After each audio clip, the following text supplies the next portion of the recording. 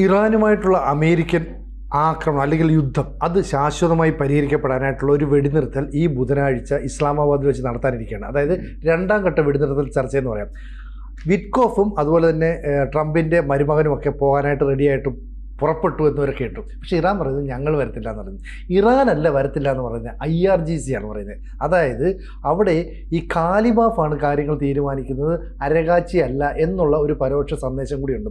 ഒപ്പം ഇന്ത്യയുടെ 2 കപ്പലുകൾക്ക് നേരെ ഇവിടെ ആക്രമണം നടന്നു.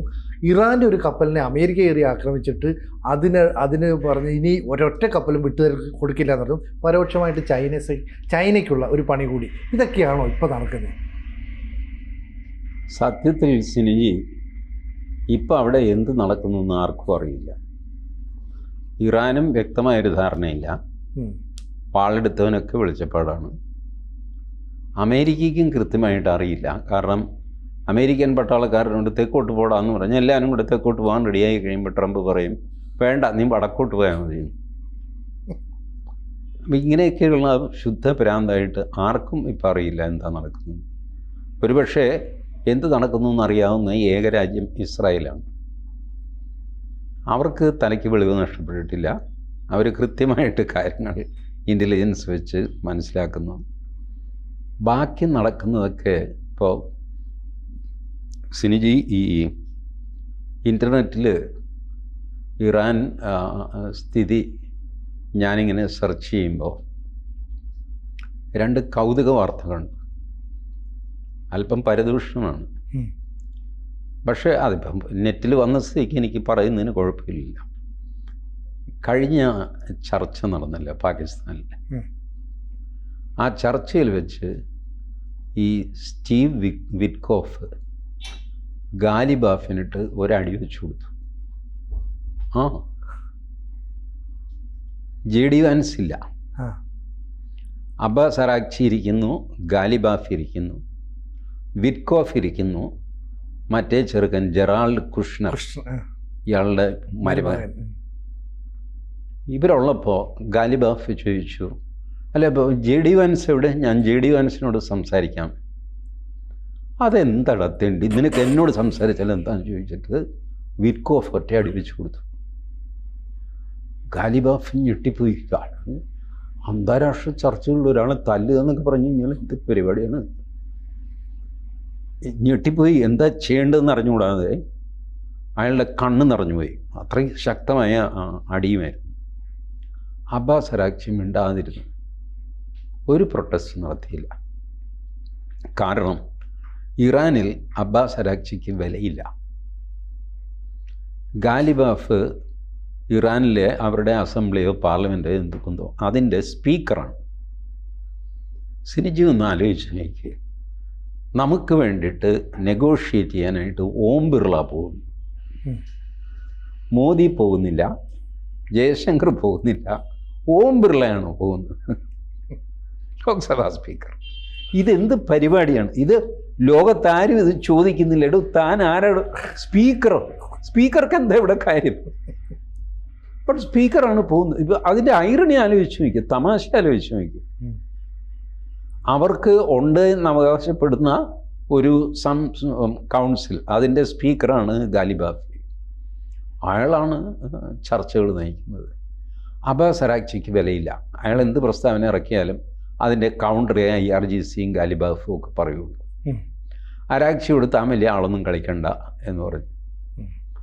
അറാഗ്ചി മിണ്ടിയില്ല. തല്ല് കിട്ടിയപ്പോഴും അറാഗ്ചി മിണ്ടിയില്ല. കാരണം എന്നെ ആർക്കും വേണ്ടല്ലോ, അതുകൊണ്ട് ഞാനൊന്നും മിണ്ടുന്നില്ല. അപ്പോഴത്തേക്ക് JD വാൻസ് ഓടിക്കയറി വന്നു. ബഹളം കേട്ടിട്ട് JD വാൻസ് വന്നു, അസീം മുനീർ വന്നു, ഒക്കെ വന്നു.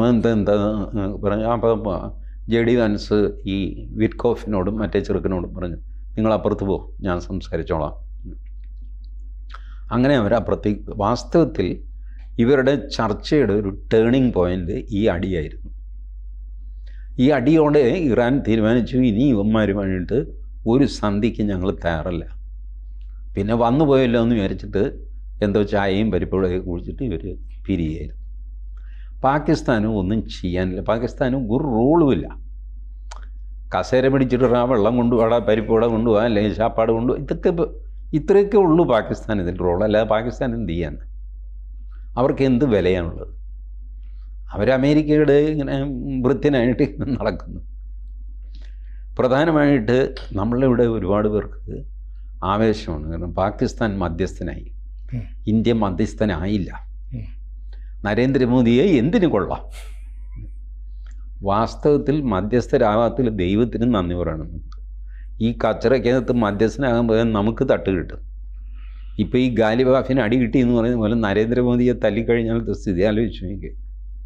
ഇവരൊക്കെ പ്രാന്തന്മാരാണ്. ഈ വിറ്റ്കോഫ് എന്നൊക്കെ പറയാൻ ആര്? ഈ വിറ്റ്കോഫ് ട്രംപിൻ്റെ കൂടെ പള്ളിക്കൂടത്തിൽ പഠിച്ചിരുന്ന ഒരാൾ, പഴയ കൂട്ടുകാരനാണ്. ഗോൾഫ് കളിക്കാൻ വരുന്നത്. അല്ലാതെ അയാൾക്ക് ഈ ഇൻ്റർനാഷണൽ ബന്ധങ്ങളെ പറ്റിയോ എങ്ങനെ സംസാരിക്കണമെന്നോ പെരുമാറണമെന്നോ ഒരു ധാരണയോ സംഗതിയോ ഒന്നുമില്ലാത്തൊരു കക്ഷിയാണ് വിറ്റ്കോഫ്. ജാരഡ് കുഷ്ണർ, അവന് ഹെൻറി കിസിഞ്ചറോ, ഇയാളുടെ മരുമകൻ, അത്രയല്ലേ ഉള്ളൂ. വാസ്തവത്തിൽ ഇറാൻ്റെ തലപ്പത്ത് ഞാനാണെങ്കിൽ ഇവരെ ചർച്ചയിൽ കയറ്റാൻ ഞാൻ സമ്മതിക്കില്ല. ഇവരൊക്കെ ആരാ? ഇറങ്ങി പോകാൻ പറ. അല്ല, അത് ഞങ്ങളുടെ പണ്ട് കൂടെ പഠിച്ച അത് അവിടെ പുറത്ത്, ഇതിനകത്ത് പറ്റില്ല. JD വാൻസ് വൈസ് പ്രസിഡൻ്റാണ്, വേണമെങ്കിൽ നമുക്ക് സംസാരിക്കാം. അതല്ലാതെ നിങ്ങളയച്ച കാളികൂളി സംക്രാന്തി എടുത്തുനിന്ന് ഞാൻ വർത്താനം പറയില്ല.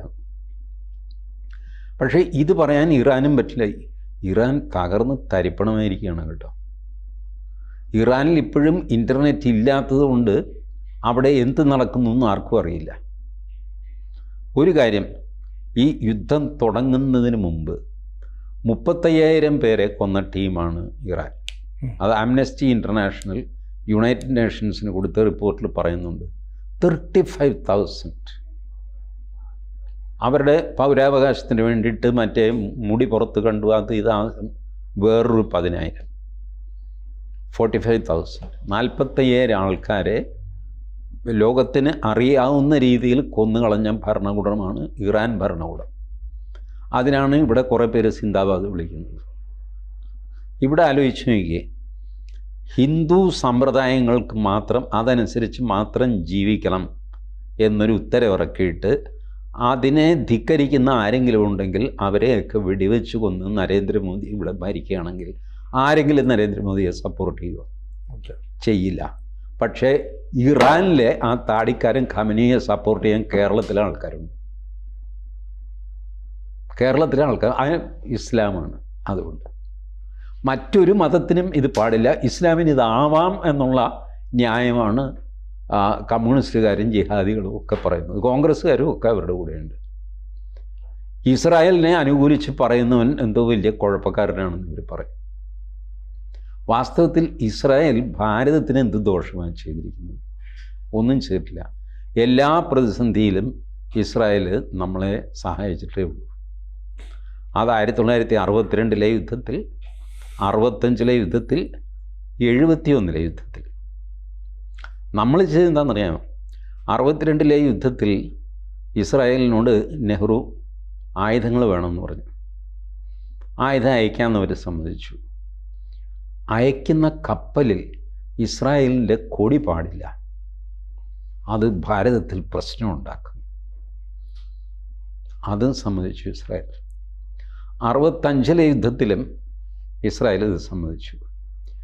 71 യുദ്ധം വന്നപ്പോൾ ഇതേ കണ്ടീഷൻ നമ്മുടെ ഇന്ദിരാഗാന്ധി ഗോൾഡ മേയറെ വിളിച്ച് പറയുന്നു, ഞങ്ങളെ സഹായിക്കണം, കപ്പലിൽ കൊടി വയ്ക്കാൻ പറ്റില്ല. ഗോൾഡ മേയർ പറഞ്ഞു, പോയി പണി നോക്കുന്നു, ഞങ്ങളുടെ കൊടി നിങ്ങൾക്ക് അംഗീകരിക്കാൻ പറ്റില്ലെങ്കിൽ ഞങ്ങളുടെ ആയുധവും നിങ്ങൾക്ക് തരില്ല. ഒടുവിൽ ഇന്ദിരാഗാന്ധിക്ക് സമ്മതിക്കേണ്ടി വന്നു. ശരി, കപ്പലിൽ കൊടി വെച്ചു. ഈ പ്രവൃത്തിയൊക്കെ നമ്മൾ ചെയ്തിട്ട് പോലും അന്നൊന്നും ഇസ്രായേലിൻ്റെ എംബസി ഭാരതത്തിലില്ല, നയതന്ത്ര ബന്ധമില്ല. നയതന്ത്ര ബന്ധം തുടങ്ങുന്നത് 91 പേരിനൊന്ന് തുടങ്ങിയിട്ട് 92 എംബസി തുടങ്ങുന്നത് ഇസ്രായേലിൻ്റെ. ഇതാണ് നമ്മുടെ ചരിത്രം. ഇങ്ങനെ ഉണ്ടായിട്ട് പോലും നമ്മളെ സഹായിച്ച ഇസ്രായേലിനെ വിട്ടിട്ട് നമ്മളെന്തിനാണ് ഈ ഇറാനെ സപ്പോർട്ട് ചെയ്യുന്നത്? ഇറാൻ എന്ത് ചെയ്തു എന്നാണ്? ഓപ്പറേഷൻ സിന്ദൂറിൻ്റെ കാലത്ത് ഇറാൻ്റെ ചെറ്റപ്പട്ടികളായ ഹമാസ് പാകിസ്ഥാൻ ഓക്കുപ്പൈഡ് കാശ്മീരിൽ വന്നിരുന്നു. അവരാണ് ഈ തീവ്രവാദികൾക്ക് ട്രെയിനിങ് കൊടുത്തത്. അല്ലാന്ന് ഇറാന് നിഷേധിക്കാൻ പറ്റുമോ? എനിക്ക് ഇറാനോട് പ്രത്യേകിച്ച് വിരോധമൊന്നുമില്ല. ഇറാൻ ഇപ്പോഴും ഇന്ത്യൻ എംബസിയൊക്കെ അത്ര 3000 വർഷത്തെ പഴക്കമുണ്ട്. ഏത് ഇറാന്? അത് പാഴ്സികളുടെ ഇറാന് 3000 വർഷത്തെ പഴക്കമുണ്ട്. പേർഷ്യൻ. അപ്പോൾ ആ പാരമ്പര്യം മുഴുവൻ നശിപ്പിച്ച് കുളം കോരിയിട്ടാണ് 1979 നിങ്ങളുടെ ആയത്തുള്ള ഖൊമൈനി അധികാരത്തിൽ വരുന്നത്. അതിനുശേഷം നിങ്ങളുടെ പേർഷ്യൻ സംസ്കാരം മുഴുവൻ നശിപ്പിച്ചു, പേർഷ്യൻ അടയാളങ്ങൾ മുഴുവൻ നശിപ്പിച്ചു, പേർഷ്യൻ ഭാഷ നശിപ്പിച്ചു. എല്ലാം കഴിഞ്ഞിട്ട് നിങ്ങൾ പറയാം 3000 കൊല്ലത്തെ പഴക്കമുണ്ടെന്ന്. എന്ത് പഴക്കം? പാകിസ്ഥാനും പറയാറുണ്ട് ഞങ്ങൾക്ക് 8000 വർഷത്തെ പഴക്കമുണ്ട്. അത് മുഴുവൻ, ആ പൈതൃകം മുഴുവൻ നശിപ്പിച്ചും തള്ളിക്കളഞ്ഞും വളർന്നു നിന്നിട്ട് പറയുകയാണ് 8000 വർഷത്തെ പഴക്കമുണ്ട്. അതെന്ത് പരിപാടിയാണ്? അത് അംഗീകരിക്കേണ്ട ഒരു കാര്യമുണ്ടെന്ന് എനിക്ക് തോന്നുന്നില്ല. പക്ഷേ ലോകത്ത് നമുക്കിഷ്ടപ്പെടാത്ത ഒരുപാട് ആൾക്കാരുണ്ട്, ഒരുപാട് സംഭവങ്ങളുണ്ട്, ഒരുപാട് ഭരണാധികാരികളുണ്ട്.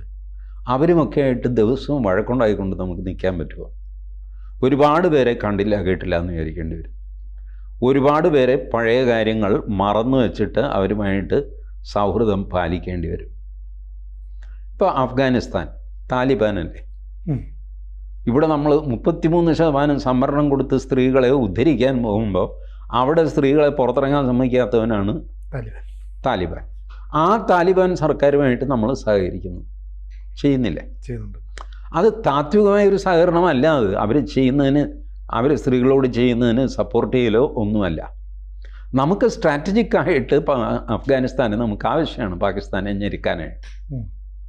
അപ്പോൾ പടിഞ്ഞാറ് വശത്ത് നിന്ന് അഫ്ഗാനിസ്ഥാൻ ഞെരുക്കും, കിഴക്ക് വശത്ത് നിന്ന് നമ്മൾ ഞെരുക്കും. പാകിസ്ഥാൻ ഇതൊരു ജോലിയായിട്ട് മാറും. അതുകൊണ്ട് അഫ്ഗാനിസ്ഥാനുമായിട്ട് നമ്മൾ നല്ല ബന്ധത്തിലാണ്. അതല്ലാതെ അവർ ചെയ്യുന്നത് മുഴുവൻ ശരിയായിട്ടൊന്നുമല്ല. അതുപോലെ ഈ കേസിലും നമുക്ക് ഈ ഹോർമൂസ് കടലിടുക്കിലൂടെ കടന്നു പോകണം. അതുകൊണ്ട് ഇറാനെ വെറുതെ പ്രകോപിപ്പിച്ചിട്ട് കാര്യമില്ല. കാരണം അവൻ്റെ വേലിക്കരികിൽ കൂടെ നമ്മൾ നടന്നു പോകുമ്പോൾ അവനൊരു കല്ലെടുത്തിട്ട് കഴിഞ്ഞാൽ നമ്മുടെ തല പൊട്ടും. എന്തിനാ വെറുതെ അവനെ വെറുപ്പിക്കുന്നത്? അതുകൊണ്ട് നമ്മൾ നല്ല വാക്ക് പറഞ്ഞിട്ട് ഇങ്ങനെയുണ്ട് ചേട്ടാ, നല്ല സന്തോഷം എന്നൊക്കെ പറഞ്ഞിട്ട് നമ്മളതിലേ പോകുന്നു. കാരണം നമുക്ക് നമ്മുടെ കപ്പൽ കൊണ്ടുപോകണ്ടേ. ഇതേ ഉള്ളൂ ഇത്. അല്ലാതെ ഇറാൻ മഹത്തായ ഒരു രാജ്യമായിട്ടോ മണ്ണാങ്കട്ടയായിട്ടോ ഒന്നുമല്ല. ഇതുപോലെ തന്നെ അമേരിക്ക നമുക്കിഷ്ടപ്പെടുകയില്ലായിരിക്കാം, പക്ഷേ അമേരിക്ക ലോകത്തിലെ ഏറ്റവും വലിയ സമ്പന്ന രാജ്യമാണ്. ഏറ്റവും അധികം ആയുധവും ടെക്നോളജിയും ഒക്കെ കയ്യിലുള്ളവരാണ്. അവരെ ഞാൻ എന്തു വില കൊടുത്തും എതിർക്കും, ട്രംപ് രാജിവെക്കണം എന്ന് പറഞ്ഞ് കട്ടം തരം ലോക്കൽ കമ്മിറ്റി പ്രമേയം പാസ്സാക്കി. ഇത് എന്ത് മണ്ടത്തരം! What difference it makes to America? So we have to accept certain things are there. ഉത്തര കൊറിയ കിം ജോങ് ഉന്നില്ലേ, ഒരു ഇല്ല, ഇത് ഇവിടെയൊക്കെ പറയാമെന്ന് എനിക്കറിഞ്ഞൂടെ. പിന്നെ ഇപ്പോൾ അത് ജനറലായി, ഒരു തന്തയ്ക്ക് പറക്കാത്തവൻ. ഇതാണ് കിം ജോങ് ഉൻ. ബട്ട് നമ്മളുമായിട്ട് നല്ല ബന്ധത്തില്ല. അവൻ്റെ ആറ്റം ബോംബുണ്ട്. അമേരിക്കയ്ക്ക് ഒന്നും ഒരു കുഴപ്പമില്ല, ഒന്നുമില്ല. ഇറാൻ ആറ്റം ബോംബ് ഉണ്ടാക്കാൻ പോകുന്നു എന്ന് പറഞ്ഞിട്ടാണ് അമേരിക്കയും ഇസ്രായേലും ഈ ബന്ധം. ഈ കക്ഷിയുടെ ഓൾറെഡി ഉണ്ട് ബോംബ്. ഇവനുമായിട്ട് ട്രംപ് പറയുന്ന അവൻ യോഗ്യനാണ്, ഞാനും അവനും കൂട്ടുകാരനാണെന്ന്. അവൻ്റെ ആറ്റം ബോംബുണ്ട്, പാകിസ്ഥാൻ്റെ ആറ്റം ബോംബുണ്ട്. പിന്നെ പണ്ടറിഞ്ഞാനായിട്ട് ഇറാനിൽ ഒരെണ്ണം ഉണ്ടായിക്കോട്ടെ, അത് സമ്മതിക്കില്ല. ആര്? ഇസ്രായേൽ സമ്മതിക്കില്ല. ആ പ്രദേശത്ത് ഒരെണ്ണം ഉണ്ടാക്കാൻ ഇസ്രായേൽ പാകിസ്ഥാൻ്റെ ആറ്റം ബോംബിന് തന്നെ പാരവയ്ക്കാനിരുന്നതാണ്. ഇന്ദിരാഗാന്ധിയുടെ മണ്ഡലത്തിലാണ്. ഇസ്രായേൽ ഓഫർ കൊടുത്തതാണ് 1980. ഇവരുടെ കഹൂട്ട റിയാക്ടർ ഉണ്ടായി വരുന്നേ ഉള്ളൂ. 79 നമ്മൾ ആദ്യത്തെ ബോംബ് ഫസ്റ്റ് സ്റ്റേജ് പരീക്ഷിച്ചു. ബുദ്ധൻ ചിരിക്കുന്നു എന്നായിരുന്നു അതിൻ്റെ പേര്, ബുദ്ധ സ്മൈൽസ്. അതിൻ്റെ 2ാം ഘട്ടമാണ് വാജ്പേയി പൊട്ടിച്ചത്, പൊഖ്റാൻ.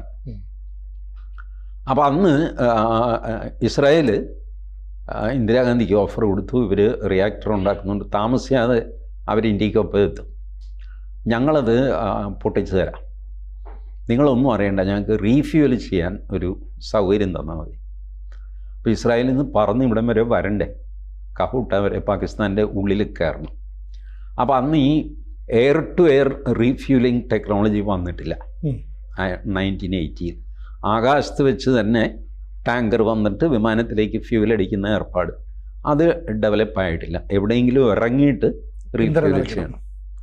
അപ്പോൾ ഒരു സ്ഥലം തന്നാൽ മതി, ഒന്നുകിലും ഗുജറാത്ത്, മഹാരാഷ്ട്ര, എവിടെയെങ്കിലും ഒന്നിറങ്ങാൻ. പാകിസ്ഥാൻ എത്താറായി കഴിയുമ്പോൾ ഒന്നിറങ്ങി ഫുൾ ടാങ്ക് അടിച്ചിട്ട് പോയി അടിച്ച് ഞങ്ങൾ പൊക്കോളാം.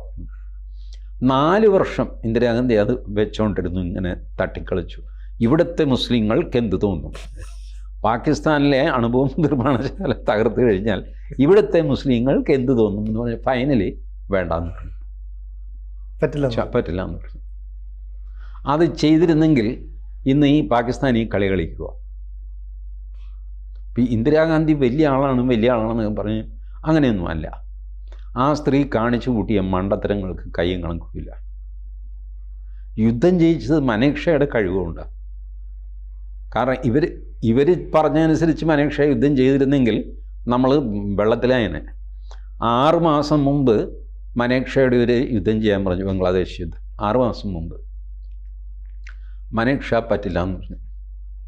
കാലാവസ്ഥ ഇന്ദിരാഗാന്ധിക്ക് അത് വലിയ ഷോക്കായി. അവർ എന്താ പറയേണ്ടതെന്നറിയാം. ആദ്യമായിട്ടാണ് അതും ഒരു പട്ടാള മേധാവി അവരുടെ മുമ്പിൽ നോ പറയുന്നത്. നോ. അപ്പോൾ അവരുടെ റിയാക്ഷൻ എന്താണെന്ന് കേൾക്കാൻ നിൽക്കാതെ ഒരു സല്യൂട്ട് അടിച്ചിട്ട് മനേക്ഷ ഇറങ്ങിപ്പോയി. അപ്പോൾ ആൾക്കാർ മനേക്ഷയോട് പറഞ്ഞു തനിക്ക് രാജിവെക്കേണ്ടി വരും. അയാൾ പറഞ്ഞു രാജിവെക്കാൻ ആ മാഡം പറയുകയാണെങ്കിൽ, അവർ പ്രധാനമന്ത്രിയാണ്, രാജിവെക്കാൻ ഒരു ഇൻഡിക്കേഷൻ തന്നാൽ ആ സെക്കൻഡ് ഞാൻ കത്തെഴുതി കൊടുക്കും. എന്നെ അതൊന്നും കാണിച്ച് പേടിപ്പിക്കേണ്ട, ഞാൻ ചെയ്ത് it's not time to start. വെറുതെ എൻ്റെ പട്ടാളക്കാരെ കൊണ്ടുപോയി കുരുതി കൊടുക്കാനൊന്നും ഞാനില്ല. ഇന്ദിരാഗാന്ധി ഇങ്ങനെ കൊണ്ട് രാജിവെപ്പിക്കാനും തുടങ്ങിയതാണ്. ഇന്ദിരാഗാന്ധിയുടെ കൂടെയുള്ള BN ഹക്സർ അതുപോലെയുള്ള അഡ്വൈസേഴ്സ് പറഞ്ഞു അത് ചെയ്യരുത്, വലിയൊരു അസറ്റാണ് മനേക്ഷ. എന്ന് വെച്ചാൽ 2ാം ലോക മഹായുദ്ധകാലത്ത് വയറ്റിൽ വെടിയുണ്ട ഏറ്റ് അത് ഓപ്പറേറ്റ് ചെയ്ത് അർദ്ധപ്രാണനായി പിന്നെ ആശുപത്രിയിൽ നിന്ന് എണീറ്റ് വന്നവനാണ് മനേക്ഷ. അവിടെ നിന്ന് ജോലി ചെയ്ത് ഫീൽഡ് മാർഷലായ നിസ്സാരക്കാരനല്ല മനേക്ഷ. അസാമാന്യമായ ഒരു ജനുസാണത്. അപ്പോൾ അത് ചെയ്യരുത്, അയാൾ പറയുന്നത് നമുക്ക് കേൾക്കാം എന്ന് പറഞ്ഞിട്ട് മനേക്ഷ പറഞ്ഞു ഈ കാര്യം ഞാൻ സാധിച്ചു തരാം, പക്ഷേ 6 മാസം കഴിഞ്ഞ് 6 മാസം കൂടെ എങ്ങനെയെങ്കിലും പിടിച്ചു തന്നേ പറ്റുള്ളൂ. This is not the right time. നിങ്ങൾക്ക് സ്ഥലം അറിയില്ല, എവിടെയാണ് നിങ്ങളുടെ പട്ടാളക്കാരെ അയക്കുന്നത് നിങ്ങൾക്കറിയില്ല. എനിക്കറിയാം, ഞാനിത് കണ്ടിട്ട് 2ാം ലോക മഹായുദ്ധകാലത്ത് ബർമയിൽ യുദ്ധം ചെയ്തതാണ്. ബംഗ്ലാദേശ് എന്ന് പറയുന്നത് കയ്യിലെ രേഖ പോലെ തിരിച്ചറിയാം മനേക്ഷയ്ക്ക്. അതുകൊണ്ട് മനേക്ഷയുടെ ഡിസൈൻ അനുസരിച്ചാണ് അത് നടന്നത്. ഇന്ദിരാഗാന്ധിയുടെ ഡിസൈനിന് വിരുദ്ധമായിട്ടാണ്. ഒരു പ്രൈം മിനിസ്റ്റർ എന്നുള്ള നിലയ്ക്ക് അവർക്ക് ക്രെഡിറ്റ് കൊടുക്കാൻ ഞാൻ തയ്യാറാണ്. But it was not her idea, അത് മനേക്ഷയുടെ ഐഡിയ ആയിരുന്നു. എന്ത് വാങ്ങിക്കോട്ടെ. അപ്പം ഈ പറഞ്ഞ തൻ്റെ ഒന്നും ആ സ്ത്രീ കാണിച്ചിട്ടില്ല. Coming back to our situation, ഇപ്പോൾ ശക്തിയുള്ളവനാണ് കാര്യങ്ങൾ തീരുമാനിക്കുന്നത്. IRGC ആണ് ഇറാൻ ഭരിക്കുന്നത്. IRGCയിൽ തന്നെ ആര് ഭരിക്കുന്നു എന്ന് ആർക്കും അറിയില്ല. ഈ പറഞ്ഞ നമ്മളുടെ ഹോർമൂസ് കടലെടുക്ക്, അതിൻ്റെ അരികിൽ ഏത് IRGC തെമ്മാടിയാണോ ഇരിക്കുന്നത് അവന് തോന്നുന്ന പോലെ അവൻ പ്രവർത്തിക്കുന്നു. ടെഹ്റാനിൽ IRGCയുടെ ഏത് നേതാവാണോ ഇരിക്കുന്നത് അവന് തോന്നിയ പോലെ അവൻ പ്രവർത്തിക്കുന്നു. ഇവനും അവനും തമ്മിൽ യാതൊരു കോർഡിനേഷനും ഇല്ല. അതുകൊണ്ടാണ് നമ്മുടെ 2 കപ്പലിൽ നേർക്ക് വെടിവെച്ചത്. ഭാഗ്യവശാൽ വെടി കൊണ്ടില്ല. നമ്മുടെ കപ്പലുകൾ തിരിച്ചു വന്നു. ഇറാനെ നമ്മൾ വിളിക്കുന്നു, ഒരു പ്രയോജനവുമില്ല. കാരണം ഈ എംബസിയിലിരിക്കുന്ന ഉദ്യോഗസ്ഥനെ വിളിച്ചു വരുത്തിയിട്ട് നമ്മൾ ശാസിച്ചു അവനെന്ത് ചെയ്യാൻ? അവൻ ഔദ്യോഗികമായ ശാസനയും സംഗതിയൊക്കെ കഴിയുമ്പോൾ അവൻ പറയും, ചേട്ടാ ഔദ്യോഗികമൊക്കെ കഴിഞ്ഞു, ക്യാമറ ഓഫ് ചെയ്തു, ആരും കേൾക്കുന്നില്ല. ഇല്ല, ഇനി ഞാനൊരു കാര്യം പറയട്ടെ. പറഞ്ഞു. ഞാൻ വിചാരിച്ച ഒരു ചുക്കും നടക്കില്ല. എനിക്കവിടെ എന്താ നടക്കുന്നത് എനിക്കറിയില്ല. ദൈവാധീനം കൊണ്ട് എനിക്ക് ഇന്ത്യയിൽ പോസ്റ്റിംഗ് കിട്ടി, ഞാൻ സുഖമായിട്ട് കിടന്നുറങ്ങുന്നു, ശാപ്പാടിന് നിങ്ങൾ തരുന്നു. ഇതാണ് ഈ പറഞ്ഞ എംബസിയിലെ ഉദ്യോഗസ്ഥൻ്റെ ഗതികേട്. അവനറിയില്ല ഈ തന്ന മെസ്സേജ് അവിടെ ആർക്കാ ഇത് കൊടുക്കണ്ടേ? ആരാ അവിടെ നാഥൻ? മുസ്തഫ ഖമേനിയോ? അയാൾ ജീവനോടെ ഉണ്ടോ? അതോ പാതി ജീവനോടെയെങ്കിലും ഉണ്ടോ? അയാളാണോ നേതാവ്? ആ വായിക്കൊള്ളാത്ത പേരുള്ളൊരു കക്ഷിയുണ്ടല്ലോ അവരുടെ പെസഷ്കിയാൻ. ഇങ്ങനെ ഒരു കൊണ്ടാറസ് എന്ത് വാങ്ങിക്കോട്ടെ. ഞാൻ അങ്ങേരെ തങ്കപ്പൻ എന്നാണ് വിളിക്കുന്നത്. എളുപ്പത്തിൽ അത് ശരി. പണ്ടൊരു കഥ കേട്ടിട്ടില്ല, ഈ ഡോക്ടറെ കാണാനായിട്ട് ആൾക്കാർ വരും. അപ്പോൾ അവരുടെ പേരൊക്കെ എഴുതി വയ്ക്കും ആൾ, എന്നിട്ട് പേര് വിളിച്ച് ഓരോരുത്തരായിട്ട് കയറാം. അപ്പോൾ ഒരാൾ വന്നു, എന്താ പേരെന്ന് ചോദിച്ചപ്പോൾ ദൃഷ്ടദ്യുമ്നൻ. അയാളുടെ അച്ഛൻ ഈ മഹാഭാരതമൊക്കെ വായിച്ച് അതിൽ നിന്ന് ആവേശം കൊണ്ട് ദൃഷ്ടദ്യുമ്നൻ എന്ന് പേരിട്ടു ആ പാവത്തിൽ. എന്താ ദൃഷ്ടദ്യുമ്നൻ? ഇയാൾ പറഞ്ഞു, ഞാൻ തങ്കപ്പനെന്ന് വിളിക്കും, അപ്പോൾ കയറിക്കോണം. അങ്ങനെയാണ് ഈ പെഷസ്കിയ തങ്കപ്പനെന്ന് ഞാൻ പേരിടാൻ കാര്യം. ഈ കഥയിൽ നിന്ന് പ്രചോദനം ഉൾക്കൊണ്ടോണ്ട് ഞാൻ നോക്കിക്കഴിയുമ്പോൾ ഇത് വാസ്തവത്തിൽ എൻ്റെ വായിക്ക് വഴക്കുന്നില്ല. അപ്പം ആ കക്ഷിക്ക് ഇപ്പം എവിടെയാണ് ഈ തങ്കപ്പൻ? കാണാനില്ല. പുള്ളി അവിടെ ഉണ്ട്. അവിടെ ഇവിടെയൊക്കെ ഇടയ്ക്കിടയ്ക്ക് പ്രസ്താവനയൊക്കെ ഇറക്കി അങ്ങനെ നടപ്പുണ്ട്. ഇസ്രായേലാണെങ്കിൽ ഇവരെ കൊല്ലുന്നുമില്ല. ഇപ്പം ഈ പറഞ്ഞ തങ്കപ്പനും മറ്റേ ഗാലിബാഫിനും ഒക്കെ തോന്നുന്നുണ്ട് ചത്ത് കിട്ടിയാൽ മതി, അഡ്രസ്സ് ഇല്ലാതെ ഇങ്ങനത്തെ കൂടെയൊക്കെ നടക്കുന്നതിലും ഭേദം. ചത്തു എന്ന് പറഞ്ഞു കഴിഞ്ഞാൽ അങ്ങനെയെങ്കിലും ഫോട്ടോ പത്രത്തിൽ വരുമല്ലോ. ഈ അവസ്ഥ വാസ്തവത്തിൽ അവിടെ നടക്കുന്നത് ആർക്കും അറിയില്ല. പക്ഷെ അപ്പോഴും ഒരു പ്രശ്നമുണ്ട്. സ്പീക്കർ എന്ന് പറയുന്ന ഒരു രാജ്യത്തെ ആ സ്പീക്കറിന് വിലയില്ല എന്ന് പറയുമ്പോഴും ഈ ബാക്കർ കാലിബാഫിൻ്റെ വാക്കുകൾക്ക് വലിയ വില IRGC കൽപ്പിക്കുന്നു, അല്ലെങ്കിൽ IRGCയുടെ നാവായിട്ട് കാലിബാഫ് മാറുന്നു. അതുകൂടെ അഡ്മിറ്റ് ചെയ്യേണ്ടതായിരുന്നു. അല്ല, IRGCയുടെ ആരുടെ നാക്ക്? IRGC തന്നെ 5-6 ഉണ്ടപ്പം. ഇപ്പം നമ്മളുടെ കപ്പലിൻ്റെ ക്യാപ്റ്റൻ്റെ ഓഡിയോ പുറത്തു വന്നു. എന്താ അയാൾ IRGC എന്നാണോ വിളിക്കുന്നത്? അല്ല, വേറെ ഒരു പേരല്ലേ? എന്താണ് എന്ത് വാങ്ങിക്കോട്ടെ, സഫാന്നോ സാഫാന്നോ മറ്റോ. ഇത് ഇറാൻ്റെ തന്നെ നേവിയുടെ ഒരു സാധനമാണ് ഈ സഫ, അങ്ങനെ ഒരു പേരാണത്. അതിനെയാണ് ഈ ക്യാപ്റ്റൻ വിളിക്കുന്നത്. IRGC ഇല്ല, ഗാലിബാഫിൻ്റെ അളിയനോ ചേട്ടനോ ആരുമില്ല. വിളിക്കുന്നത് എൻറ്റയർലി ഡിഫറൻ്റ് ഒരു എൻറ്റിറ്റിയാണ്. അവരാണ് ആ കടപ്പുറത്തിരിക്കുന്നത്. ആ തമ്പുരാനെ തൊഴുതിട്ട് വേണം അതിലേ പോകാൻ. ഇത് നമ്മൾ അമ്പലത്തിൽ പ്രധാന മൂർത്തി ഈ ഗാലിബാഫിനെ തൊഴുതു. ഇത് കഴിഞ്ഞിട്ട് നമ്മൾ അപ്പുറത്ത് പോകുമ്പോൾ ശാസ്താവ്, ഗണപതി, മാടൻ, അറുകൊല ഇതിനെയൊക്കെ തൊഴണ്ടേ. അതുപോലെ ഈ അറുകൊലയുമായിട്ടാണ് ഈ ക്യാപ്റ്റൻ സംസാരിക്കുന്നത്. അല്ലേ? ബാക്കിയൊക്കെ കഴിഞ്ഞു. ഈ സാധനം കടലിൻ്റെ തീരത്ത് തമ്പടിച്ചിരിക്കുന്നത് ഈ അറുകൊലയാണ്. ഇവന് കപ്പം കൊടുത്താൽ മാത്രമേ അതിലേ പോകാൻ പറ്റുള്ളൂ. മറ്റവൻ പറഞ്ഞു എന്ന് പറഞ്ഞാൽ ഒന്നും നമുക്ക് കേൾക്കില്ല. ഇങ്ങനെ നാഥനിലെ കളരിയാണ്. അതുകൊണ്ട് ട്രംപ് എന്ത് ചെയ്യാനാണ്? ട്രംപിൻ്റെ ഏതായാലും പരദൂഷണം പറഞ്ഞ സ്ഥിതിക്കാൻ പറഞ്ഞു. ഇതൊക്കെ ഇൻ്റർനെറ്റിലുള്ളതാണ് കേട്ടോ, ഞാനും ഉണ്ടാക്കിയൊന്നും പറയുന്നില്ല.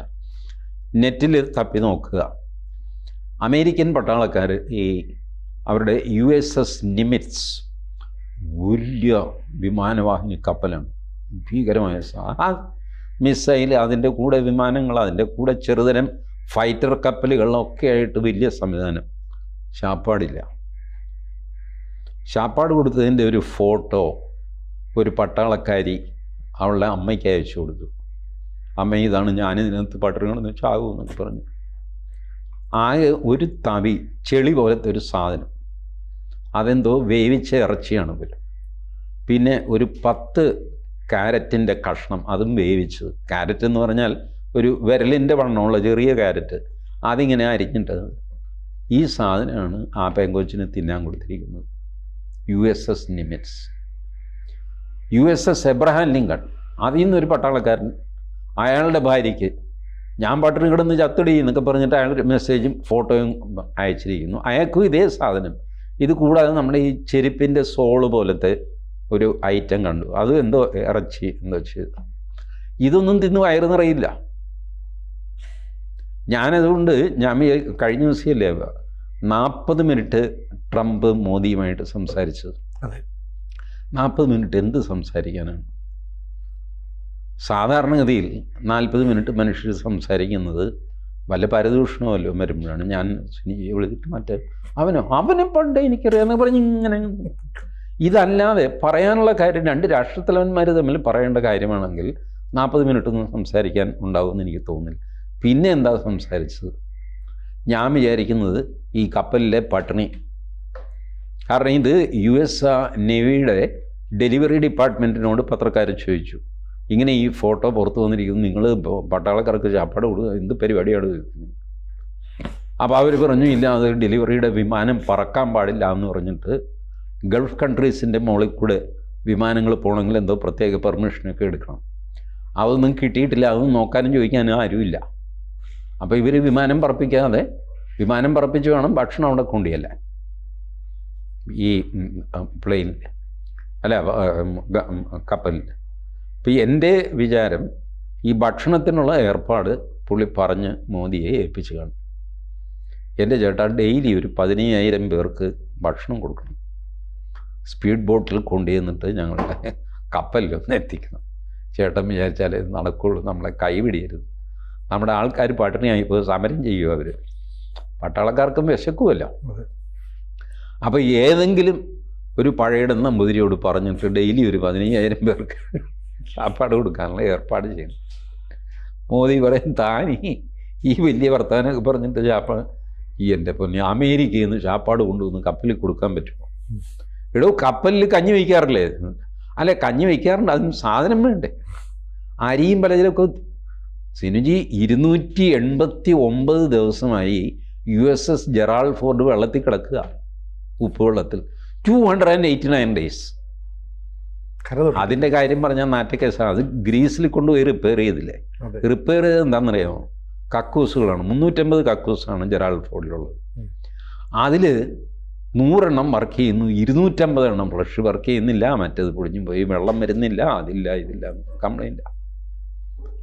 ഈ 2,500 3,000 ആൾക്കാരുള്ളിടത്ത് 100 ടോയ്ലറ്റും വെച്ച് ഒരു സ്ഥാപനം നടത്തിക്കൊണ്ട് പോകാൻ പറ്റുമോ? ഇതിനാണ് ജെറാൾഡ് ഫോർഡ് മെയിൻ്റനൻസിന് കൊണ്ടുപോയി എന്നൊക്കെ പറഞ്ഞിട്ട് ഗ്രീസിൽ കൊണ്ടുപോയി. ഗ്രീസാണ് ഇതിൻ്റെ വലിയ കള്ളന്മാരാണ്. കള്ളക്കപ്പലുണ്ടാക്കുക, കള്ള രജിസ്ട്രേഷൻ ഉണ്ടാക്കുക, പഴയ കപ്പൽ പുതുക്കി വിൽക്കുക. കപ്പൽ ബിസിനസ്സിൽ പണ്ട് മുതലേ വലിയ ബിരുദന്മാരാണ് ഗ്രീസ്. അപ്പോൾ അവർക്കേ ഇത് ചെയ്യാൻ പറ്റുള്ളൂ, ഈ ഡെർട്ടി ജോബ്. അതിന് ജെറാൾഡ് ഫോർഡിനെ അവിടെ കൊണ്ടുപോയിട്ട് തിരിച്ചു കൊണ്ടുവന്നു. ഇങ്ങനെ 289 days ആയിട്ട് ഉപ്പുവെള്ളത്തിൽ കിടക്കുകയാണ് ജെറാൾഡ് ഫോർഡ്. കഞ്ഞി കുടിക്കണ്ടേ? അതിനായിരിക്കണം ഈ ഫോൺ വിളി ഇത്രയും നീണ്ടുപോയത്. അപ്പം നമുക്ക് 15,000 പേർക്ക് ചാപ്പാട് കൊടുക്കുക എന്ന് പറഞ്ഞാൽ ഇവിടെ നമുക്ക് വലിയ കാര്യമൊന്നുമല്ല. ഏതെങ്കിലും ഒരു സിഖുകാരൻ്റെ ലങ്കാറിൽ പറഞ്ഞു കഴിഞ്ഞാൽ എന്നും പറഞ്ഞിട്ട് അവൻ ചപ്പാത്തിയും ഇവർക്ക് ഉപ്പുമുളകും ഒന്നും വേണ്ടല്ലോ സാഹിബിന്. അപ്പം അതിന് പെട്ടെന്ന് ഉണ്ടാക്കിയിട്ട് കൊടുക്കുന്നുണ്ട്. ഇങ്ങനെയൊക്കെയാണ് ഇത് നടക്കുക. ഈ സാധനമൊക്കെ പുറത്തു പറയാൻ കൊള്ളാം. ഇതെല്ലാം ഇൻ്റർനെറ്റിൽ കിടപ്പുണ്ട്. ഞാൻ ഈ പറഞ്ഞ ഒരൊറ്റ സാധനത്തിൽ ഒരു അതിശയോക്തിയുമില്ല. ആകെ ഒരു സാങ്കല്പിക ഡയലോഗ് മാത്രമേ ഇവർ തമ്മിൽ, മോദിയും ട്രംപും തമ്മിൽ നടന്ന് കാണും എന്ന് ഞാൻ വിചാരിക്കുന്നു. അല്ലാതെ 40 മിനിറ്റ് നീണ്ടു നിൽക്കാൻ മാത്രം ഇവർ കമിതാക്കളൊന്നും അല്ലല്ലോ സംസാരിച്ചുകൊണ്ടിരിക്കുക. എന്താ ഇവർ സംസാരിച്ചത്? ഫലത്തിൽ സംഭവിക്കുന്നത് ഇപ്പോൾ അവിടെ എന്ത് നടക്കുന്നു എന്ന് ആർക്കും അറിയില്ല. എന്തും നടക്കാം, ഒന്നും നടക്കാതെയും ഇരിക്കാം. ഇതാണ് സംഭവം ഇപ്പോൾ. കൂടുതൽ വാർത്തകളും വിശേഷങ്ങളും നിങ്ങളിലേക്ക് എത്താൻ ABC മലയാളം സബ്സ്ക്രൈബ് ചെയ്യുക, ബെൽ ബട്ടണും അമർത്തുക.